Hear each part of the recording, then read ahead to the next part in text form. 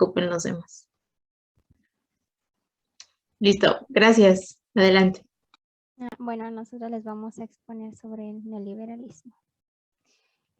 Primeramente hay que saber qué es el neoliberalismo, y pues es una teoría de prácticas político-económicas que afirma que la mejor manera de promover el bienestar del ser humano consiste en no restringir el libre desarrollo de las capacidades y de las libertades empresariales del individuo.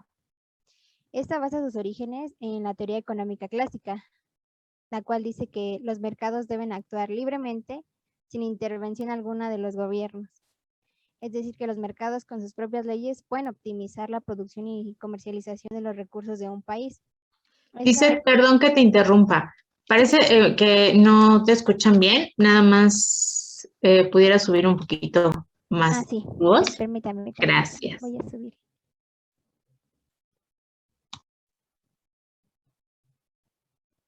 ¿Ya ahí me escuchan bien?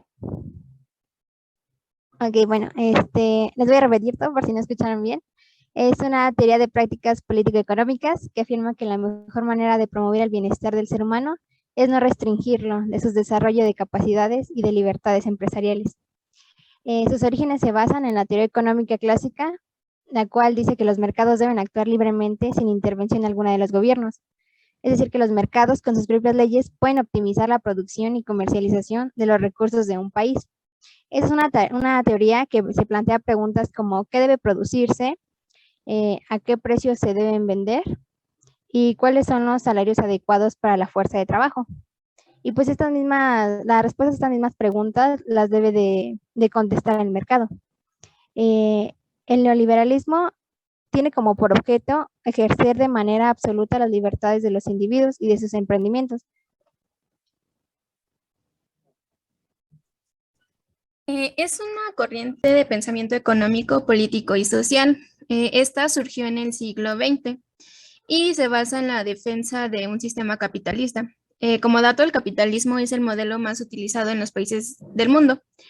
El concepto de neoliberalismo fue mencionado por Max Adler en 1922, pero no fue hasta que el economista alemán Alexander Rostow en 1938 acuñó el concepto para buscar una estrategia que permitiera encontrar nuevas vías entre el liberalismo y pues la planificación económica por parte del Estado. Por lo tanto, el término hace referencia a la sinergia entre liberalismo y conservadurismo. El liberalismo al que se refiere es haciendo hincapié al liberalismo económico que ya hablaron anteriormente. Por eso se dice que dicha corriente trata de resurgir las ideas del liberalismo clásico, aunque el movimiento liberal rechaza la existencia de esta corriente, pues lo consideran que está defendiendo algo que ya ese movimiento está defendiendo.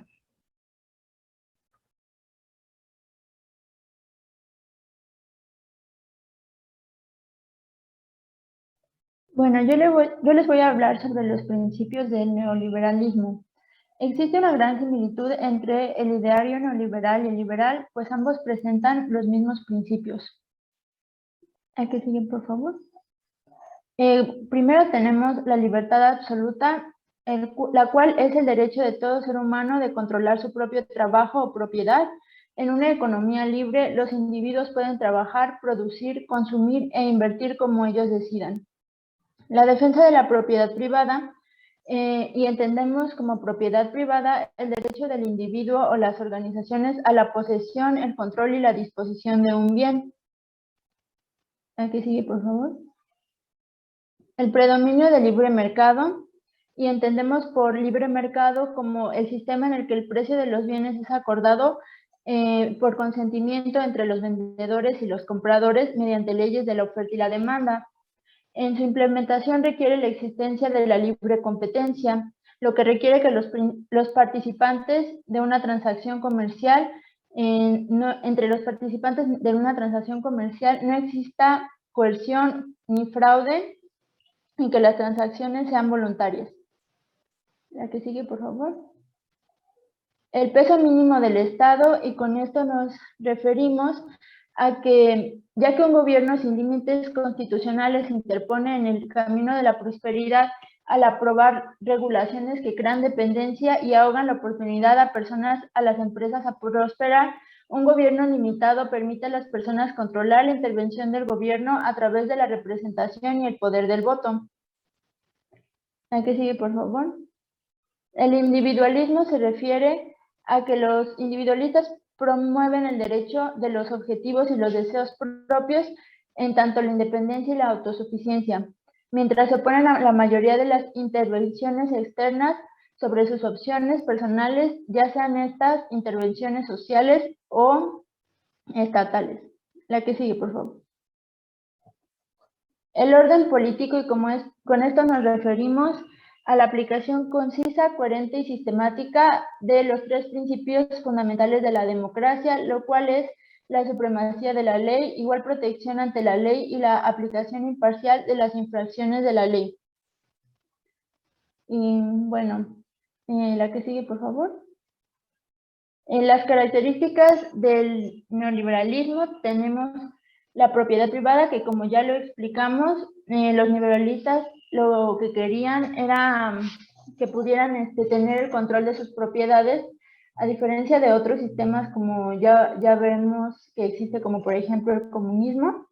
El papel del Estado igualmente no querían que se intervenga el Estado en la regulación de del comercio ni nada de eso, pues podría regular, podría limitar lo que ellos lograrían alcanzar. Bueno, ya explicamos lo que es el libre mercado.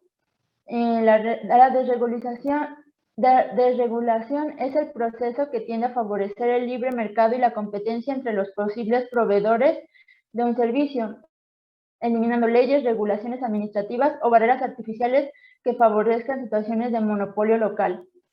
Y por último, los impuestos.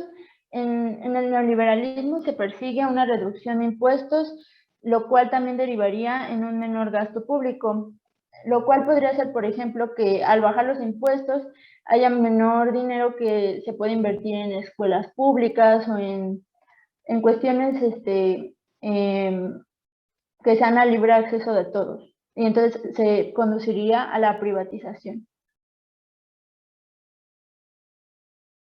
Bueno, yo les voy a hablar sobre el neoliberalismo en México. Su origen se da cuando México comenzó a aplicar medidas neoliberales tras la crisis de 1982, así como la intervención del Fondo Monetario Internacional en su economía. Su propósito era influenciar en el desarrollo económico, limitando el papel del Estado, reservando en manos de particulares el objetivo de la inversión. Los antecedentes que marcaron el eje neoliberal en México fue: 1. El enfoque neoliberal, que dio pauta para que en diciembre de 1992 se firmara el Tratado de Libre Comercio de América del Norte. Este tratado permitió un acuerdo de naciones favorecidas, promoviendo condiciones de comercio más aptas, facilitando la circulación de bienes y servicios hacia una competencia justa. Otro punto fue que las empresas estatales mantienen el objetivo de ejercer una influencia dominante en su participación financiera o las normas y dirección que las rigen. Fue el neoliberalismo que logró que en 1993 de las 1.115 empresas estatales se redujeran a 203, implementando en ellas la inversión privada con el propósito de generar mayor productividad. Otro punto fue la autonomía del Banco de México en 1994, que garantizó el control sobre la oferta monetaria con la finalidad de ser adecuado a la estabilidad del poder adquisitivo de la moneda nacional. Y por último, la apertura del mercado externo permitió que los mexicanos gozaran de una mayor oferta económica. Siguiente, por favor. Bueno, cualquier acción dirigida a fomentar la libertad de empresas o la privatización puede ser un ejemplo de este modelo. Entre algunos de ellos son la reducción de ayudas públicas, que es la reducción de las prestaciones concedidas a los ciudadanos, la reducción de los impuestos. Esto supone un menor presupuesto del Estado, por lo que se reducirá su peso en la economía. Tercero es la desregularización, que es el proceso de reducir o eliminar las normas que controlan una actividad económica con el fin de que sean las fuerzas de mercado las que determinen el equilibrio entre la oferta y la demanda. Y por último, un ejemplo sería la privatización,